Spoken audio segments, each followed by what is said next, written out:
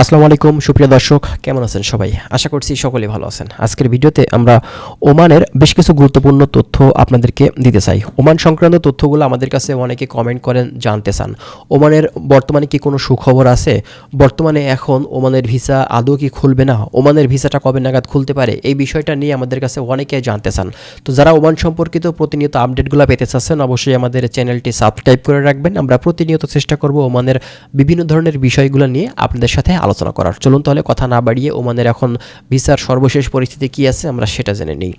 দেখেন, first of all আপনাদেরকে বলি, ওমান দেশটি মিডল ইস্টের কিন্তু ছোট্ট একটি দেশ। দেশটা অনেক সুন্দর, অনেক ভালো পরিবেশের একটি দেশ। আমাদের বাংলাদেশি ভাই কিন্তু দীর্ঘদিন বছরকে বছর সেখানে কিন্তু আছে, বিভিন্ন সেক্টরে কিন্তু কাজ করছে এখন পর্যন্ত। ওমানে যেসব বাংলাদেশি কাজ করে, তাদের আন্ডারে যেসব বাংলাদেশি কাজ করে, তারা কিন্তু চাচ্ছে বাংলাদেশ থেকে কর্মী আসুক, এবং তাদের কিন্তু কাজ আছে, কিন্তু কর্মী সংকটে তারা কিন্তু সমস্যাতে মানে ভুগছেন আর কি। তো আমরা বিগত দিনগুলো থেকে দেখে আসছি, ওমান বিষয়ে যখনই কোনো প্রতিবেদন করা হয় তখন সেখানকার বাংলাদেশি যারা আছে, যেসব দেখা যাচ্ছে যে কিছু সেক্টরে বাংলাদেশি কর্মী নিয়োজিত আছে, তো সেসব সেক্টরে কিন্তু বাংলাদেশি কর্মী প্রয়োজন এবং কাজের এবং সেখানে কাজ আছে, এইসব বিষয়গুলো কিন্তু উল্লেখ করা হয়। কিন্তু আমরা আসলে যে জিনিসটা বর্তমান সময়টাতে দেখছি, দীর্ঘদিন ধরে আসলে এই ওমানের কাজের ভিসা বন্ধ রেখেছে ওমানের গভর্নমেন্ট। মূলত এটা আসলে কী কারণে সেটা কিন্তু সবারই অজানা।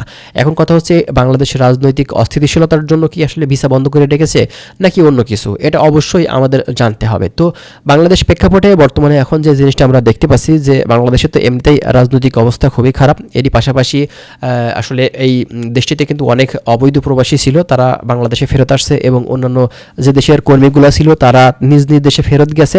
এবং যতটুকু আসলে আমরা বুঝতে পারছি যে 2026 সালে হয়তো নতুন করে বাংলাদেশ থেকে তারা কর্মী নেওয়ার ব্যাপারটা হয়তো নতুন করে তারা সিদ্ধান্ত নিতে পারে, এবং বাংলাদেশ থেকে যখন নতুন করে আপনার নতুন গভর্নমেন্ট আসবে বা আপনার ইলেকশনটা হয়ে যাবে, তারপরে হয়তো নতুন কোনো সিদ্ধান্ত নিলেও নিতে পারে, এবং বাংলাদেশ সরকারের সাথে তারা দ্বিপাক্ষিক চুক্তিতেও আসতে পারে। G2G, গভর্নমেন্ট টু গভর্নমেন্ট, তারা কিন্তু কর্মী নেওয়ার ব্যাপারটাও কিন্তু করতে পারে।